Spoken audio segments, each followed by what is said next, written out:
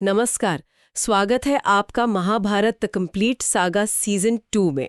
पिछले 12 साल वनवास में बिताने के बाद पांडव अब अपने अज्ञातवास की तैयारी कर रहे हैं। मतलब निर्वासन का वो 13वां और सबसे कठिन साल। पिछले अध्याय में हमने देखा था कि कैसे वनवास के अंत में खुद धर्मदेव ने युधिष्ठिर को धर्म की कुछ अंतिम बातें समझाईं और पांडवों को उनकी यात्रा शुरू करने से पहले एक आखिरी वरदान भी मिला। अब शर्त यह है कि उन्हें 1 साल तक दुनिया की नजरों से पूरी तरह छिपकर रहना है। अगर इस 1 साल में उनकी असली पहचान सामने आ गई तो उन्हें फिर से 12 साल के लिए वनवास में जाना होगा। स्टेक्स बहुत ऊंचे हैं। आज हम इसी रोमांचक अध्याय पांडव प्रवेश पर्व की गहराइयों में उतरेंगे और समझेंगे कि उन्होंने इस असंभव लगने वाले काम को कैसे अंजाम दिया। तो वनवास खत्म होते ही पांडवों के सामने सबसे बड़ा सवाल खड़ा था, जाएं तो जाएं कहां? ऐसी कौन सी जगह है जहां दुर्योधन के हजारों जासूस उन्हें ढूंढ नहीं पाएंगे? और ये सवाल सिर्फ छिपने की जगह का नहीं था। हाँ। उन्हें एक ऐसा राज्य चाहिए था जो शक्तिशाली हो, हस्तिनापुर से थोड़ा दूर हो और जिसका राजा दुर्योधन के दबाव में ना आए।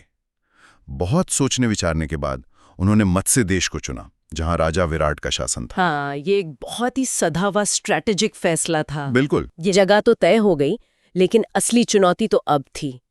5 पांडव जो अपने शौर्य और कदकाठी के लिए पूरे आर्यावर्त में प्रसिद्ध थे, और महारानी द्रौपदी, वो अपनी पहचान कैसे छिपाते? यहीं से उनकी योजना का सबसे क्रिएटिव और साइकोलॉजिकली इंटरेस्टिंग हिस्सा शुरू होता है। और इसकी शुरुआत हुई युधिष्ठिर से। बिल्कुल। युधिष्ठिर ने जो भेष चुना वो किसी को भी हैरान कर सकता है। हाँ। उन्होंने कंक नाम का एक ब्राह्मण बनने का फैसला किया। और वो भी ऐसा ब्राह्मण जो पासे के खेल यानी चौसर में माहिर हो। हाँ, और ये सिर्फ एक भेष नहीं था, ये दिखाता है कि युधिष्ठिर कैसे अपनी सबसे बड़ी कमजोरी का सामना कर रहे थे। जिस चौसर के खेल ने उनसे उनका राज्य, उनके भाई, उनकी पत्नी, सब कुछ छीन लिया, उसी को उन्होंने अपनी पहचान छिपाने का जरिया बनाया। मतलब ये सिर्फ दुर्योधन को धोखा देना नहीं था, ये खुद के डर पे काबू पाने की एक साइकोलॉजिकल लड़ाई भी थी। खुद को ये याद दिलाना था कि वो अब उस खेल के गुलाम नहीं बल्कि उसके मालिक हैं। एकदम सही कहा। ये एक तरह का कथारसिस था। वो दुनिया को ये दिखा रहे थे कि अब वो इस खेल को कंट्रोल कर सकते हैं, ये खेल उन्हें नहीं। ये एक बहुत बड़ा स्टेटमेंट था उनकी तरफ से। मुझे हमेशा लगता है कि भीम के लिए ये डिस्गाइज सबसे मुश्किल रहा होगा। एक महाबली योद्धा जिसे हमेशा अपनी ताकत दिखाने की आदत हो, उसे एक रसोइये की भूमिका में बंद कर रहना, ये उनके स्वभाव के बिल्कुल खिलाफ नहीं था। ये उनके स्वभाव के खिलाफ था भी और नहीं भी। उन्होंने वल्लभ नाम का रसोइया बनना चुना। देखिए, भीम की 2 सबसे बड़ी पहचान थी। उनका भोजन प्रेम। हाँ, उनका भोजन प्रेम और उनकी अतुलनीय शारीरिक शक्ति, इन दोनों को छिपाया नहीं जा सकता था। तो उन्होंने इसे छिपाने के बजाय इसे ही अपना डिस्गाइज बना लिया। एक रसोइया बनकर वो शाही रसोई में अपनी भूख को शांत कर सकते थे। और उन्होंने राजा से कहा कि वो कुश्ती भी लड़ते हैं, तो इस तरह उन्हें अपनी ताकत दिखाने का एक सैंक्शन्ड, एक जायज तरीका भी मिल गया। ये तो बहुत ही स्मार्ट मूव था। अपनी कमजोरी या सबसे जाहिर पहचान को ही अपना कवच बना लो। एग्जैक्टली। और यही सोच हमें अर्जुन के भेष में भी दिखती है। उन्हें उर्वशी का श्राप था कि वो 1 साल के लिए नपुंसक बन जाएंगे। अच्छा, हाँ। जो श्राप उनके लिए अपमान का कारण था, वही उनके अज्ञातवास के लिए सबसे बड़ा वरदान बन गया। उन्होंने बृहन्नला का रूप लिया। दुनिया का सबसे बड़ा धनुर्धर, एक ऐसा योद्धा जिसके नाम से दुश्मन कांपते थे, वो राजकुमारी उत्तरा को संगीत और नृत्य सिखाने वाला बन गया। कोई इस बात की कल्पना भी नहीं कर सकता था। बिल्कुल नहीं। और बाकी 2 भाई नकुल और सहदेव, जो हमेशा शांत और पर्दे के पीछे रहते थे, उन्होंने भी वही किया। अपनी सबसे नेचुरल क्वालिटी को ही अपना कवच बना लिया। नकुल, जिनका घोड़ों के साथ एक सहज रिश्ता था, वो ग्रंथिक नाम से शाही घुड़साल के अध्यक्ष बने। और सहदेव, जो अपने ज्ञान के लिए जाने जाते थे, वो तंतीपाल बनकर शाही गौशाला की देखभाल करने लगे। उन्होंने कोई बड़ा या ड्रामेटिक किरदार नहीं चुना। नहीं, बल्कि अपनी असलियत को ही एक साधारण नौकरी के पीछे छिपा लिया। लेकिन इन सब में शायद सबसे मुश्किल और सम्मान को दांव पर लगाने वाला किरदार द्रौपदी का था। एक महारानी का एक दासी बनना। ये सबसे बड़ा रिस्क था। उन्होंने सैरंध्री का रूप लिया, जो रानियों के बाल संवारने का काम करती थी। यहाँ सिर्फ पहचान छिपाने का सवाल नहीं था, यहाँ उनके सेल्फ रिस्पेक्ट और उनकी सुरक्षा का सवाल था। एक ऐसी स्त्री जो महलों में रहने की आदी हो, उसे अब दूसरों की सेवा करनी थी, वो भी अपनी पहचान बताए बिना। ये उनकी जीवन की सबसे कठिन परीक्षा की शुरुआत थी। तो भेष तो तय हो गए, लेकिन एक राजा और रानी का शरीर और व्यवहार एक सेवक जैसा नहीं होता। उन्हें ये भी तो सीखना था। हाँ, और ये जिम्मेदारी उनके पुरोहित धौम्य ने उठाई। उन्होंने पांडवों को कोर्ट एटिकेट यानी राज दरबार में सेवकों के तौर तरीकों की शिक्षा दी। ये सिर्फ उपदेश नहीं था, ये एक सर्वाइवल गाइड थी। अच्छा। राजा से कितनी दूरी पर खड़े होना है, कब बोलना है और कब चुप रहना है, अपनी योग्यता कैसे दिखानी है बिना शक पैदा किए, हर छोटी छोटी बात उन्हें समझाई गई। ताकि उनके शाही संस्कार उनकी पहचान उजागर न कर दें। बिल्कुल। इसी तैयारी के साथ वो विराटनगर पहुंचे, लेकिन नगर में घुसने से पहले उन्हें अपने दिव्य अस्त्र शस्त्रों को छिपाना था, और जिस तरह उन्होंने ये किया वो अपने आप में कमाल है। ये उनकी प्लानिंग की बारीकी को दिखाता है। वो जानते थे कि ये हथियार जितने शक्तिशाली हैं उतने ही बड़े पहचानकर्ता भी। उन्होंने नगर के बाहर एक शमशान में एक बड़े शमी के पेड़ पर अपने सारे हथियार छिपा दिए। और उन्हें सुरक्षित रखने के लिए उन्होंने उन हथियारों को एक शव की तरह कपड़ों में लपेटा और पेड़ पर लटका दिया। हाँ। और लोगों में ये अफवाह फैला दी कि ये उनकी बूढ़ी माँ का शव है, जिसका अंतिम संस्कार वो 1 साल बाद करेंगे। सोचिए कितना चतुर तरीका था। उन्होंने समाज के सबसे बड़े डर और टैबू का इस्तेमाल किया। शमशान, शव और अपवित्रता की कहानी ने उस पेड़ को इतना डरावना बना दिया कि कोई इसके पास जाने की हिम्मत भी नहीं कर सकता था। तो उनके हथियार पूरी तरह से सुरक्षित थे, एक ऐसी जगह पे जहां कोई उन्हें खोजने की सोच भी नहीं सकता। सही बात है। नगर में प्रवेश करने से ठीक पहले युधिष्ठिर ने देवी दुर्गा की स्तुति की। ये एक तरह से इस मुश्किल मिशन को शुरू करने से पहले ईश्वर का आशीर्वाद लेना था।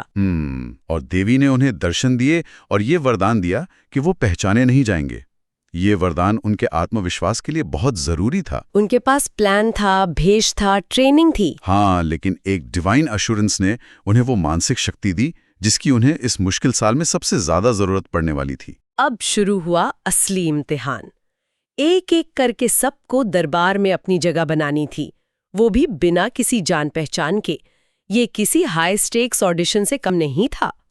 सबसे पहले युधिष्ठिर कंक के रूप में राजा विराट की सभा में पहुंचे। और ये बहुत रिस्क भरा था।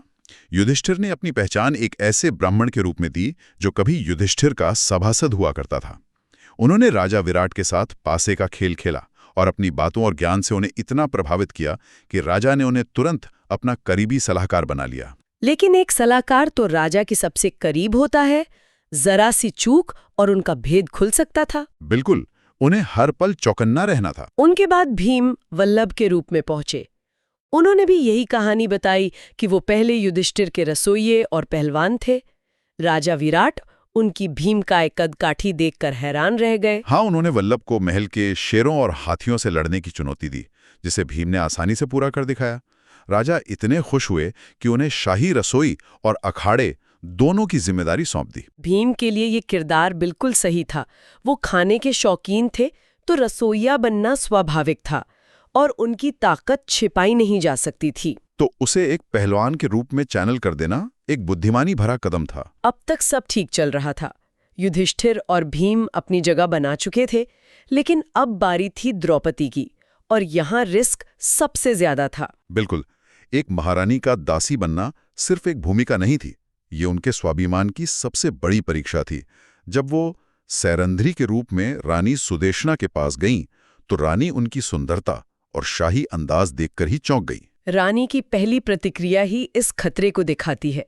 उन्होंने द्रौपदी की सुंदरता में योग्यता नहीं, बल्कि एक आने वाली मुसीबत देखी। हाँ, उन्हें डर था कि ऐसी स्त्री को कोई भी पुरुष अकेला नहीं छोड़ेगा, और खुद राजा विराट भी उस पर मोहित हो सकते हैं। तो इस स्थिति में द्रौपदी ने क्या किया?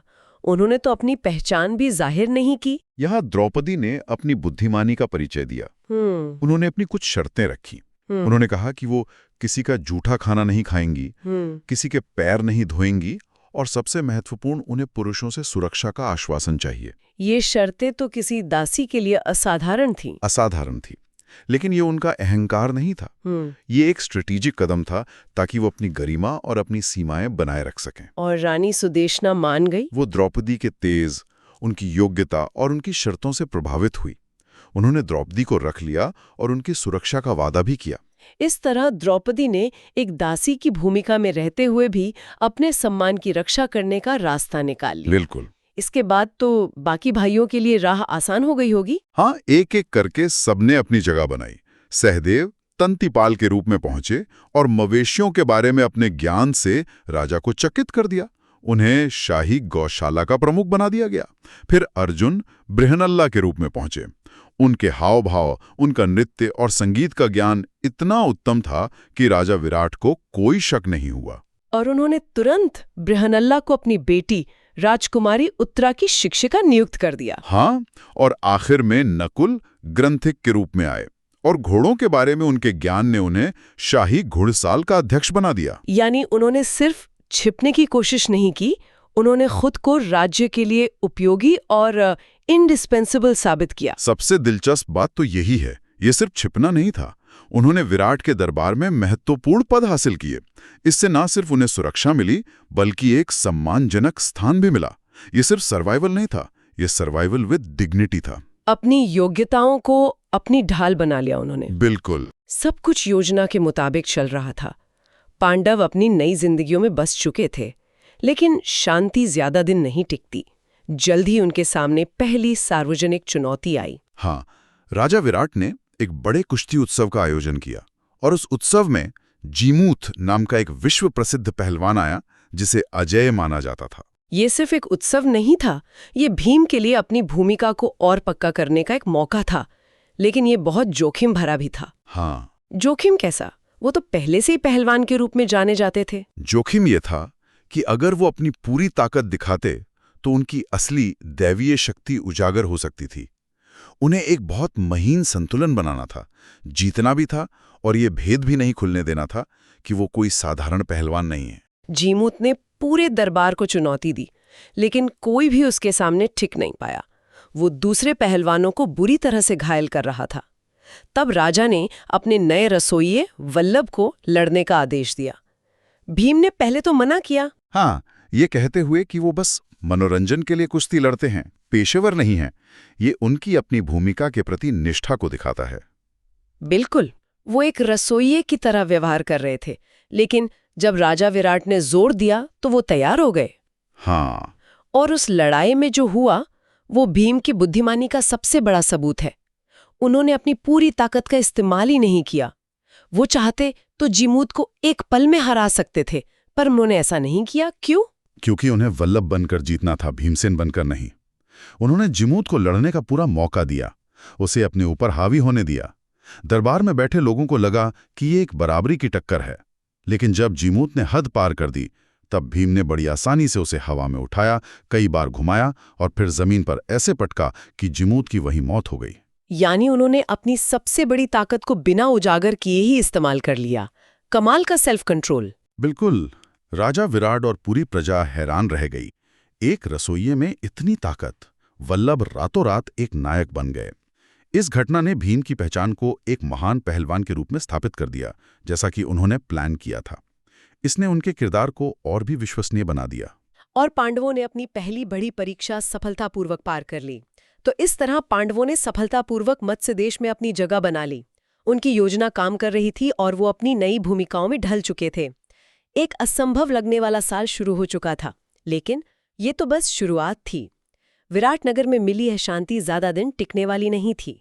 रानी सुदेशना को जिस बात का डर था वही हुआ। द्रौपदी की सुंदरता पर राज्य के सबसे शक्तिशाली व्यक्ति, रानी के भाई और सेनापति कीचक की बुरी नजर पड़ गई। क्या होगा जब वो सैरंध्री के साथ जबरदस्ती करने की कोशिश करेगा? और पांडव अपनी पहचान छिपाए रखते हुए द्रौपदी के सम्मान की रक्षा कैसे करेंगे? हम आपसे फिर मिलेंगे जल्द ही महाभारत द कंप्लीट सागा में।